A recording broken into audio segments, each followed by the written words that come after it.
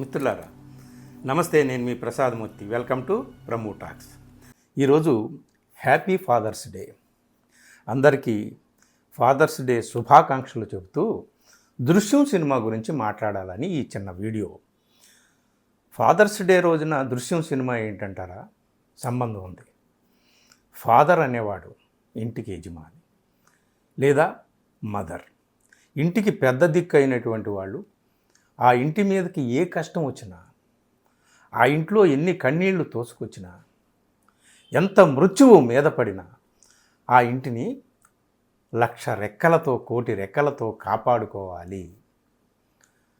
వాడు నిజమైనటువంటి ఫాదర్. అంటే ఫాదర్ ఎలా ఉండాలో తేల్చి చెప్పినటువంటి గొప్ప సందేశం నాకు దృశ్యం సినిమాలో దొరికిందండి. అందుకని హ్యాపీ ఫాదర్స్ డే చెబుతూ, ఫాదర్స్ డే రోజున దృశ్యం 3 సినిమా వచ్చింది కదండి. ఇప్పుడు థియేటర్స్లో వచ్చింది, ఇప్పుడు ఓటీటీలో అవైలబుల్గా ఉంది, అమెజాన్ ప్రైమ్ వీడియోస్లో తెలుగు డబ్బింగ్తో ఉంది.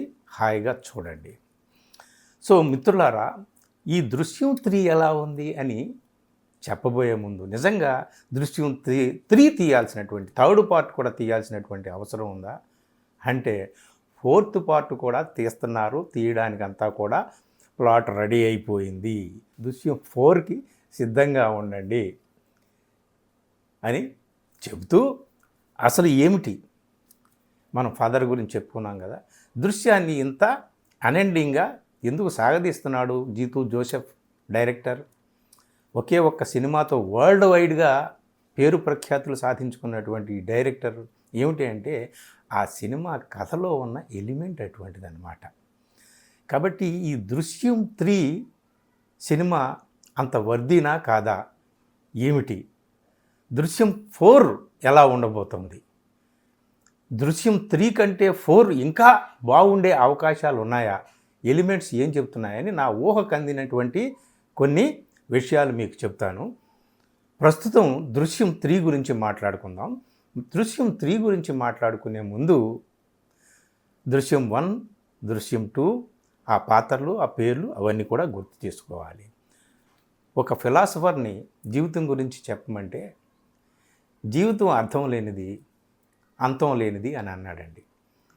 జీవితం మాట, జీవితానికి సంబంధించినటువంటి ఆ ఫిలాసఫర్ మాట ఎంత సత్యమో ఏమిటో కానీ, ఈ దృశ్యానికి అంతం లేదా అని చెప్పేసి మనం అనుకుంటాం. దృశ్యం సినిమా అట్లాంటిది. చాలామంది మీమ్స్ చేస్తున్నారు, హాస్యాలు ఆడుతున్నారు, పరాజకాలు ఆడుతున్నారు, దృశ్యం సినిమా మీద చాలా జోక్స్ వేస్తున్నారు. వాళ్ళందరూ కూడా దృశ్యం 3 రాగానే చూశారు. విచిత్రం ఏంటంటే దృశ్యం 1 కంటే, దృశ్యం 2 కంటే దృశ్యం 3కి ఎక్కువ రెవెన్యూ అంట. దృశ్యం 1 ఒకసారి మనం ఫ్లాష్ బ్యాక్కి వెళ్ళాలి, ఎందుకంటే దృశ్యం 3 గురించి మాట్లాడుకునేటప్పుడు. దృశ్యం 1 2013లో వచ్చింది. అప్పుడు బడ్జెట్ 3 కోట్లు ఎంతో ఉన్నప్పటికీ కూడా రెవెన్యూ బాగానే వచ్చింది. దృశ్యం 2 2021 కోవిడ్ టైంలో వచ్చింది. డైరెక్ట్గా అమెజాన్ ఓటీటీలో రిలీజ్ చేశారు. అది ఇంకా సూపర్ డూపర్ హిట్ అయ్యింది. ఇప్పుడు దృశ్యం 3 థియేటర్లో వచ్చింది. ఇది 19-20 కోట్ల బడ్జెట్ అయితే ఇప్పటికే 240 కోట్లు వసూలు చేసింది. మొదటి 2 కూడా, దృశ్యం 1, దృశ్యం 2 కూడా రీమేక్స్ జరిగాయి. హిందీలో, తెలుగులో, తమిళంలో, కన్నడలో అన్నిటిలో కూడా రీమేక్స్ జరిగాయి. తెలుగులో వెంకటేష్, మలయాళం ఒరిజినల్లో మోహన్ లాల్, మీనా జంట. సరే, వాళ్ళు ఇద్దరు పిల్లలు ఎవరైతే పెద్ద కూతురు అంజు, చిన్న కూతురు అను ఉన్నారో వాళ్ళిద్దరూ కూడా ఇప్పుడు పెరిగి పెద్దవాళ్ళు అయ్యారు. సో ఇప్పుడు కూడా అదే మోహన్ లాల్ హీరోగా, మీనా రాణి అతని భార్యగా, ఆ ఇద్దరు పిల్లలే ఇప్పుడు పెరిగి పెద్దవాళ్ళు అయ్యారు. ఆ ఇద్దరు పిల్లలే ఇద్దరు కూతుళ్ళుగా మలయాళంలో వచ్చారు. హిందీలో మళ్ళీ దీనికి రీమేకింగ్ జరుగుతోందంట. రీమేక్ 1 year లోపే అది రిలీజ్ చేస్తారు. అజయ్ దేవగణ్తో. హిందీలో ఇంతకుముందు కూడా అజయ్ దేవగణ్ చేశాడు, తమిళంలో కమల్ హాసన్ చేశాడు, తెలుగులో వెంకటేష్ చేశాడు. మిత్రులారా, ఇప్పుడు ఒకసారి ఆ మొదటి 2 ఎపిసోడ్స్లో కథ క్లుప్తంగా 2 ముక్కల్లో చెప్పాలంటే, ఒక సామాన్య మధ్యతరగతి యువకుడు, అతనికి భార్య, 2 ఆడపిల్లలు ఉంటారు. పెద్ద కూతుర్ని ఎవరో పోకిరీ విధవ స్నానం చేస్తుండగా ఫోటోలు తీసి, వీడియో తీసి బ్లాక్‌మెయిల్ చేయడానికి ట్రై చేసి ఇంటికి వచ్చి ఆ వీడియోని అడ్డం పెట్టుకొని ఆ అమ్మాయిని ఏదో చేయడానికి ప్రయత్నిస్తే ఆ సంఘర్షణలో ఆ అమ్మాయి తల్లి రాణి ఇద్దరి చేతిలో అతను చనిపోతాడు. అతను ఎవరై అంటే బిగ్ షాట్ కొడుకు. తల్లి ఐపీఎస్ ఆఫీసర్ గీత, తల్లి పేరు గీత, గుర్తుపెట్టుకోండి.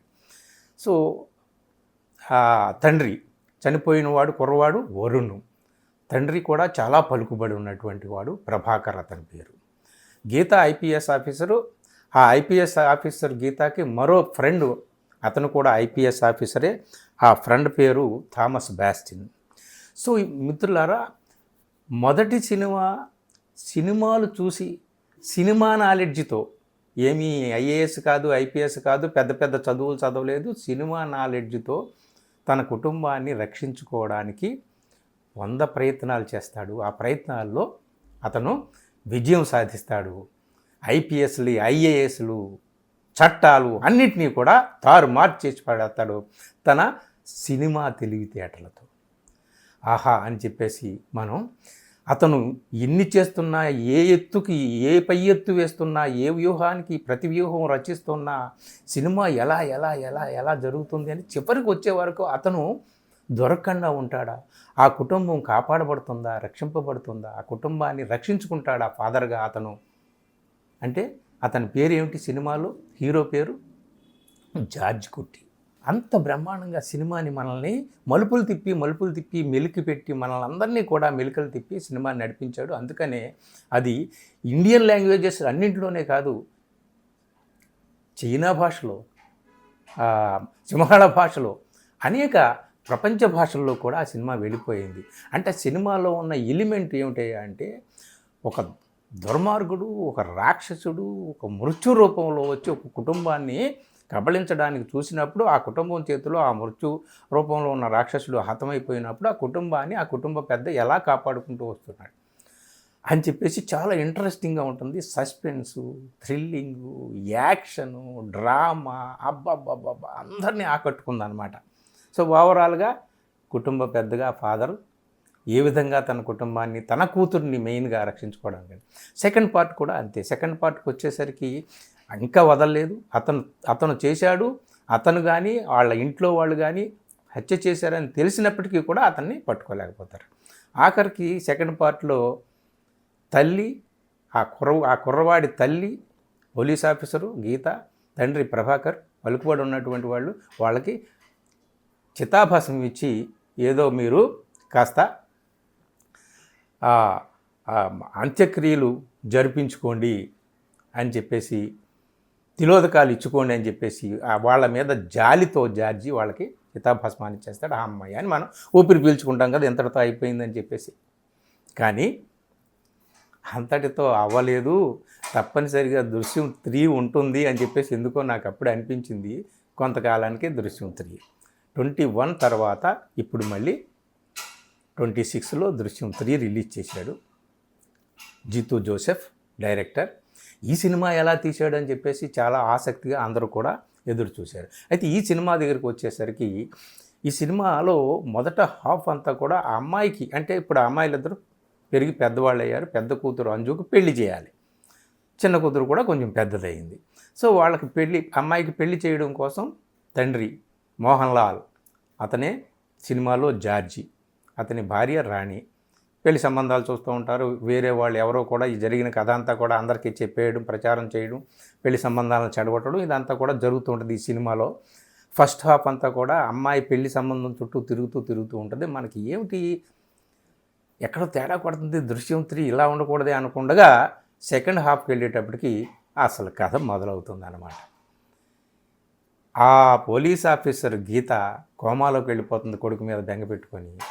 ఆమెను రక్షించుకోవడం కోసం వీడే చేశాడు కాబట్టి ఎక్కడో చోట వీడు దొరుకుతాడు జార్జ్ అనేవాడు, వాడిని పట్టుకోవాలి, జైలుకి పంపించాలని చెప్పి ప్రభాకర్ అనేవాడు, ఆ పోలీస్ ఆఫీసర్ భార్య ఫ్రెండు, ఇప్పుడు ఇన్స్పెక్టర్ జనరల్ ఆఫ్ పోలీసు, అతను చెప్పాను కదా థామస్ బాస్టిన్ అని, అతన్ని కలిసి మొత్తానికి తను ప్లాన్ చేసి అతన్ని ఏదో ఒక రకంగా ఇరికించడానికి ప్రయత్నాలు చేస్తారు. సో మనకు తెలుసు కదా, వీళ్ళు ఎన్ని ఎత్తులు వేసినా పై ఎత్తు మనవాడు జార్జి వేస్తూ ఉంటాడు. అతని తెలివితేటలు అట్లాంటివి. కాబట్టి ఈ సినిమాలో కూడా ఎలా తప్పించుకుంటాడు ఏమిటి అనేది. కానీ ఈ సినిమాలో సస్పెన్స్ చాలా చివరి వరకు ఎంత సస్పెన్స్ అంటే, ఆ అమ్మాయికి పెళ్లి సంబంధం ఎవరో అరబ్బులో బిజినెస్ చేస్తున్న ఒక మంచి యువకుడితో కుదిరింది అని అనుకుంటూ ఉండగానే ఆ పెళ్లి సంబంధం కుదిరించినటువంటి వ్యక్తి చనిపోయిన కుర్రవాడి తండ్రి ప్రభాకరు.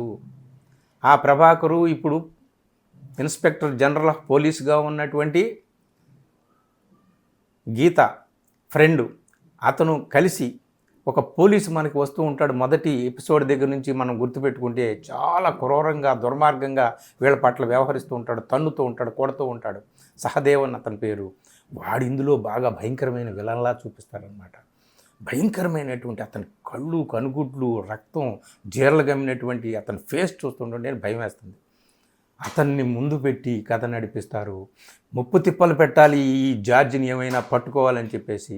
ఆఖరికి ఈ మొత్తం ఇందులో కూడా మనకు తెలుసు కదా, జార్జికి 2 చేతులు కాదు 1,000,000 చేతులు ఉంటాయి తన కుటుంబాన్ని రక్షించుకోవడానికి.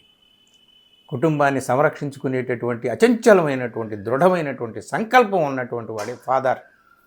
అలాంటి ఫాదర్ అన్నమాట మన జార్జి. సో అతను కాపాడుకుంటాడు మనకు తెలుసు. కానీ సినిమాలో చివరి వరకు కూడా ఎలా కాపాడుకోబోతున్నాడు ఏమిటి, అతని కూతురు అన్యాయం అయిపోతుందా, నిజంగా పెళ్లి జరుగుతుందా ఏమిటి, ఈ విషయాలన్నీ కూడా మీరు ఈ సినిమాలో చూస్తారు.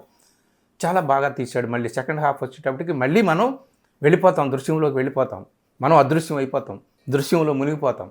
సో ఈ అంతు లేదా ఈ దృశ్యానికంటే ఇది అనంతమైనటువంటిది దృశ్యము. నిజంగా మీరే చూస్తారు. ఇదంతా కూడా దృశ్యం 3లో ఏంటి, ఎలాగా తప్పించుకున్నాడు ఏమిటి అనేది చెప్పను. కానీ తప్పించుకునే అవకాశం వచ్చినా చివరకు డిసైడ్ అవుతాడు, ఇది ఏమిటిది, నా కుటుంబాన్ని మృత్యువులాగా ఈ విషయం వెంటాడుతూనే ఉంటుంది, నా కూతుర్ని కాపాడుకోవాలంటే నేను దొరికిపోవడమే నయం అనుకొని చేతులు ఎత్తేసినటువంటి పరిస్థితికి వస్తుంది. అతను తక్కువలో తక్కువ 5 సంవత్సరాల శిక్షకి సిద్ధపడతాడు. సిద్ధపడి అంతా అయిన తర్వాత ఇక అయిపోతుందరా సినిమా అనుకునేటప్పటికీ ఏ కుర్రవాడైతే ఈ జార్జి ఫ్యామిలీ చేతిలో చచ్చిపోతాడు, ఆ కుర్రవాడి తల్లి కోమాలో ఉందని చెప్పిన ఐపీఎస్ ఆఫీసర్ గీత, ఆమె అంటుంది కదా, ఎండ్ కార్డ్ అదే అనమాట. నాకు ఆ జార్జి కాదు, నాకు కావాల్సింది అది అంటుంది. అది అంటే జార్జి కూతురు అంజు, పెద్ద కూతురు. అది కావాలి, అదే చంపింది నా కొడుకుని అని చెప్పేసి, అదే కారణం నా కొడుక్కి చావుకి అని చెప్పి అది కావాలంటుంది. దాంతో సినిమా ఎండ్ అవుతుంది. ఇక్కడ మొదలవుతుంది అనమాట 4th ఎపిసోడ్. అంటే దృశ్యం 4 అనేటటువంటిది. దృశ్యం 4 ఇక తప్పదు, అనివార్యము అని ఇక్కడ మనకు తెలుస్తుంది. అయితే ఈ సినిమా 3 చూసిన తర్వాత దృశ్యం 4 ఇంకా బాగుంటుందని అనిపిస్తుంది. ఎందుకంటే నిజంగా జార్జి మోహన్ లాల్ జైలుకే వెళ్తాడనుకోండి 5 సంవత్సరాలు. ఆ 5 సంవత్సరాల పాటు ఆ కుటుంబం ఎలా ఉంటుంది, ఎలా ఏ వేదనతో, ఏ ఉద్విగ్నతతో, ఏ టెన్షన్తో బ్రతుకుతుంది. వేటాడేటటువంటి వాళ్ళు 5 సంవత్సరాలు నిద్రపోతారా? ఆ అమ్మాయి వెనక పడతారు కదా. మరి ఆ అమ్మాయి వెనక పడితే ఆ అమ్మాయి హీరోలా మారుతుందా? తండ్రి రోల్ తన తీసుకుంటుందా? తండ్రిలాగా పై ఎత్తులు వేసి ప్రతి వ్యూహాలు పన్ని తనను తన కుటుంబాన్ని రక్షించుకుంటుందా? నిజంగా పిల్లలకి అంత తెలివితేటలు ఉన్నట్టుగా మనకి ఈ 3 ఎపిసోడ్స్లో కూడా చూపించలేదు. తండ్రి చెప్తున్నట్టుగా వాళ్ళు విన్నారంతే.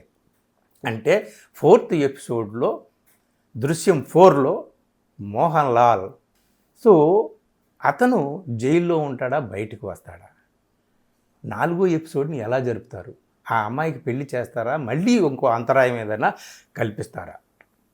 ఈ 4వ ఎపిసోడ్లో మొత్తం కుటుంబం ఇప్పుడైనా సరే బయటపడుతుందా, ఇప్పుడైనా సరే ఒక ఫుల్ స్టాప్ పెడతారా దృశ్యం సినిమాకి ఏమిటి అనేది.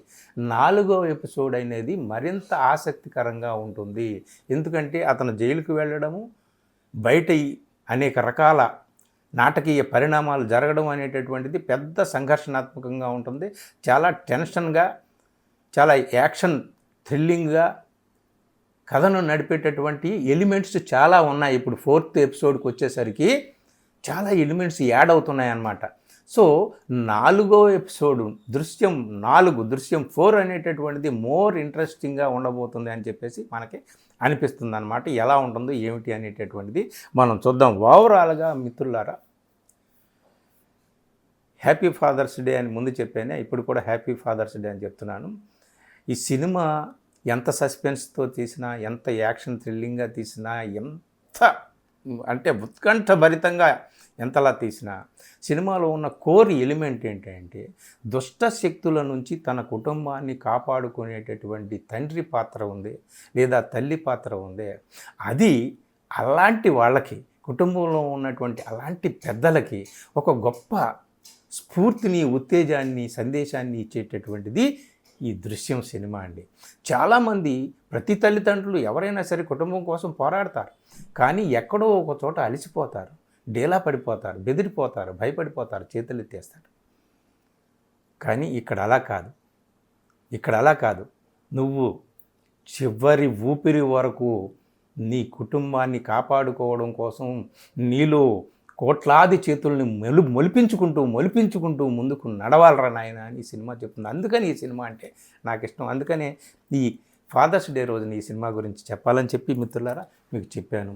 దృశ్యం 3 తప్పనిసరిగా చూడండి. దృశ్యం 4 ఎలా ఉంటుంది అనేటటువంటిదే చాలా ఇంట్రెస్టింగ్ వ్యవహారము. అది ఎలా ఉంటుంది ఏమిటి అనేటటువంటిది దృశ్యం 4 వచ్చినప్పుడు చూద్దాము. కొంచెం ఫస్ట్ హాఫ్లో కొంచెం ల్యాగ్ ఉన్నప్పటికీ మళ్ళీ సెకండ్ హాఫ్కి వచ్చేటప్పటికి దుమ్ము దులిపేశాడు. ఇక 4వ ఎపిసోడ్ కోసమే మనం ఎదురు చూడాలి. మిత్రులారా, ఈ వీడియో నచ్చితే మిత్రులందరికీ షేర్ చేయండి. అలాగే నా ఛానల్ని సబ్స్క్రైబ్ చేసుకోవడం మాత్రం మర్చిపోకండి. Thank you.